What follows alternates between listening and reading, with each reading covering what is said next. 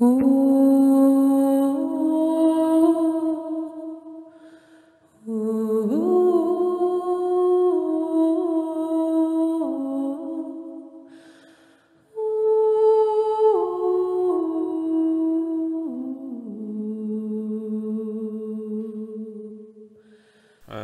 10 je crois, si je ne m'abuse.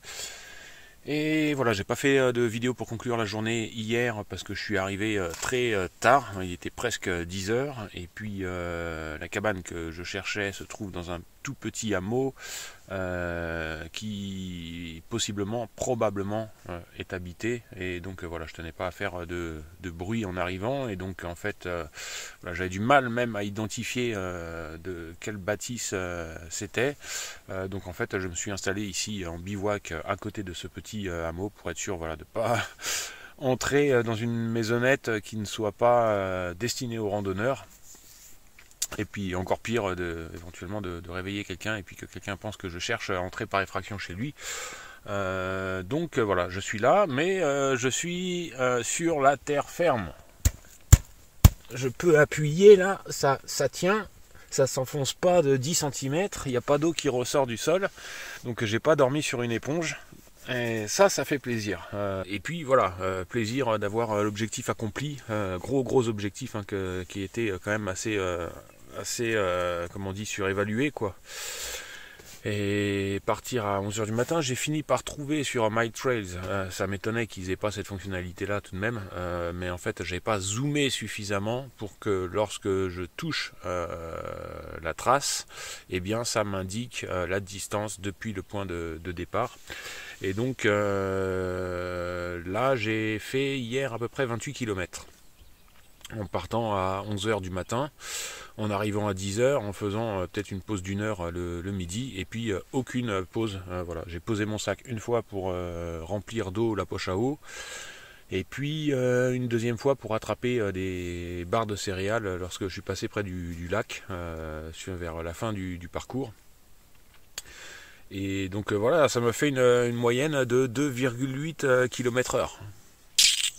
C'est 2,8 km/h, alors 28 km avec les chaussures remplies d'eau, à marcher dans l'eau, dans la boue et dans les cailloux, et puis avec les pieds qui s'enfoncent, voilà, les chaussures qui s'enfoncent à mi-chaussure quasiment en permanence, parfois jusqu'à la cheville, ça arrive assez souvent, et puis exceptionnellement jusqu'à mi-mollet, voire ça m'est arrivé un coup jusqu'au genou, où le sol était tellement gorgé d'eau qu'on voit ça parfois, c'est très rare, mais en fait c'est comme si le sol flotte, et donc quand j'ai posé mon pied, j'ai vu tout le sol s'enfoncer, la mousse, tout s'enfoncer comme ça, et puis ressortir ensuite lorsque j'ai enlevé mon pied, et ça, comme si ça flottait sur 50 cm d'eau quoi. Donc quand j'ai marché à cet endroit là, je me suis retrouvé avec de l'eau jusqu'aux genoux, et voilà.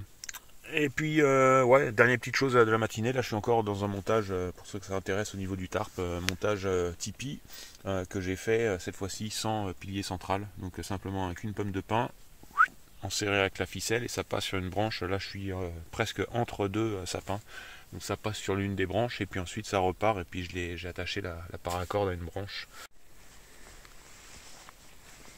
Un montage en tipi, donc sans le mât central. Et puis simplement, j'ai pris une pomme de pin, hop, avec la ficelle qui passe sur la branche et qui est rattachée ici. Donc on a un super bel espace intérieur. Voilà, donc là un petit aperçu de l'endroit à côté duquel j'ai bivouaqué. Il s'agit d'une ancienne petite ferme traditionnelle qui était tenue par d'anciens mineurs de Roros. Et puis il y avait également des samis qui avaient des activités autour d'élevage du renne, et qui donnaient parfois un coup de main pour rassembler les animaux. Donc vraiment voilà, petite ferme historique traditionnelle en Norvège. Je suis enfin au pont qui marquait le début de la rivière qui m'a conduite à Roros. Donc j'étais arrivé par là, et puis voilà, j'étais parti ici. Ça fait du bien de revoir ces lacs et ces rivières, curieusement. Après 8 jours passés dessus. Bien, pause du midi, j'ai rien filmé ce matin, il n'y avait pas de paysage vraiment grandiloquent, c'était de la forêt simple, voilà. Donc j'ai pas fait d'image et puis ça me permet d'économiser un peu la batterie pendant que le panneau solaire charge le powerbank et donc voilà, potentiellement demain ou en fin de journée aujourd'hui quand j'arrive plus sur le secteur de Roggen et que ça va redevenir un petit peu grandiose, et bien d'avoir de la batterie pour de nouveau faire pas mal de belles images. J'ai la capuche, non pas parce qu'il fait froid, mais parce que dès qu'on s'arrête, il y a plein de moustiques. Tant qu'on marche, qu'on est en mouvement, ça va. Ensuite, quand on s'arrête, une fois qu'ils nous ont repérés, ils arrivent à fond. Donc au départ, j'ai mis la capuche et puis aussi voilà, la doudoune pour bien me couvrir à l'arrêt, puisqu'on est toujours en permanence humide. Et puis j'avais démarré un petit feu de gamelle, ouais, et dans le cadre, pour voilà, éloigner les moustiques. Et puis en même temps, comme la cartouche de gaz n'a pas fait long feu, il en reste un peu, mais voilà, je crains que ça ne suffise pas. Là, je suis vraiment au bout. Donc à mon avis, ouais, ça suffira pas pour terminer à pied. Donc du coup, comme ça, j'ai fait chauffer ma flotte sur le feu de gamelle. Et puis voilà, j'avance doucement, je sens le contre-coup de la journée d'hier. Malgré tout, voilà, j'ai bien fait d'avancer comme ça. En fait, puis en plus en y repensant, 28 km c'est sur la trace GPX, et puis en fait j'avais déjà fait une partie dans Roros qui n'était pas la trace, quoi, pour rejoindre la trace. Et donc ouais, j'ai fait, je pense, et puis c'est du topo, quoi, donc j'ai fait plus d'une trentaine de kilomètres réels. Et donc ouais, ça a été grosse journée quand j'y repense. Faire un bon 30 km sur le terrain où je l'ai fait, c'était énorme. C'était énorme. Et je le ressens aujourd'hui, ça va, j'avance, mais vraiment doucement, tranquille. Le terrain est plus facile. J'ai encore des zones, là, comme je suis remonté sur les hauteurs, et puis l'eau coule vers le haut. En Norvège, c'est définitif. Il n'y a plus de doute. J'étais au sec en bas, et maintenant que je suis remonté, j'ai de nouveau des zones de marécage, des herbiers, des trucs qui s'enfoncent et tout ça. Donc j'ai de nouveau les pieds mouillés.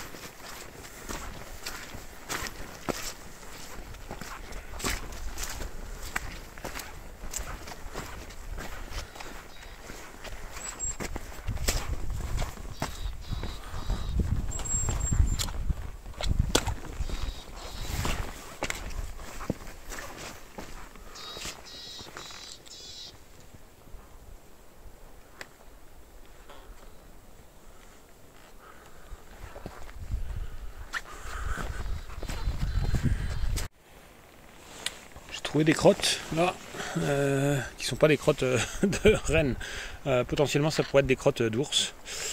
Par contre j'ai cherché autour, j'ai pas trouvé d'empreinte. Ça c'est pas tout frais, hein, déjà, ça fait pas mal de temps que c'est là.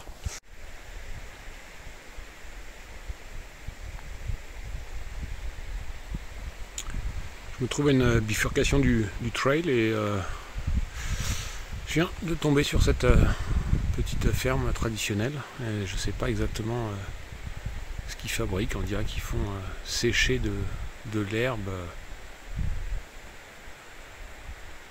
Je ne sais pas s'ils cultivent ou sur ces câbles tendus là, ou s'ils font simplement sécher dessus.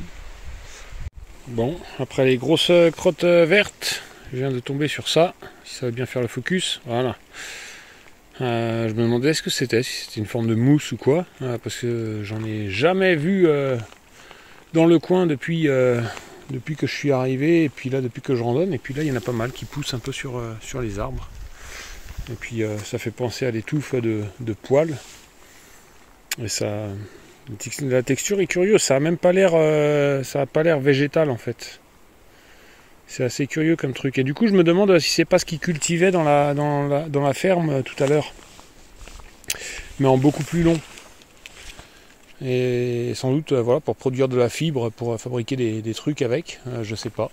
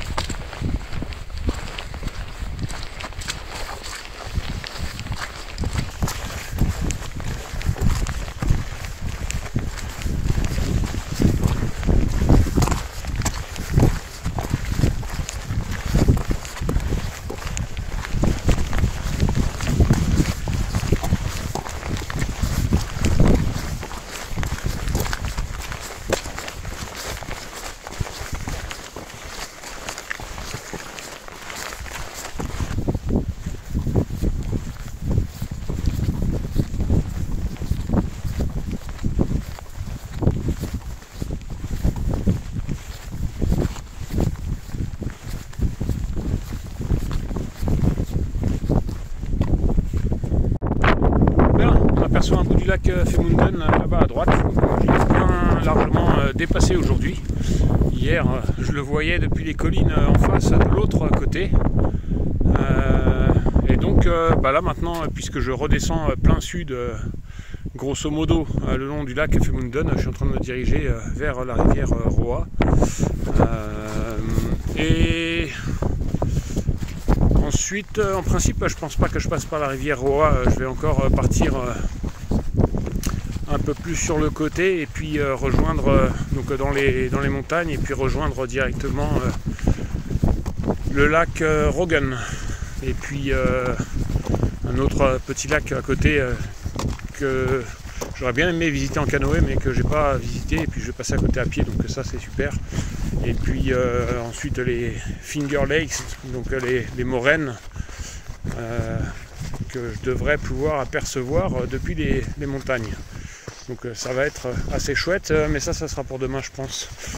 Dernière ligne droite vers la cabane, qui était mon objectif d'aujourd'hui. En principe, je n'ai pas prêté super attention sur la carte, mais en principe je crois que je n'ai plus que de la descente, pas de dénivelé positif pour atteindre cette cabane. Et puis là il y a une super vue. Je verrai sur place si j'y passe la nuit ou pas. C'est très difficile de trouver des cabanes, il y en a très peu. J'ai passé la dernière et puis c'est vraiment calculé par jour de marche, semble-t-il.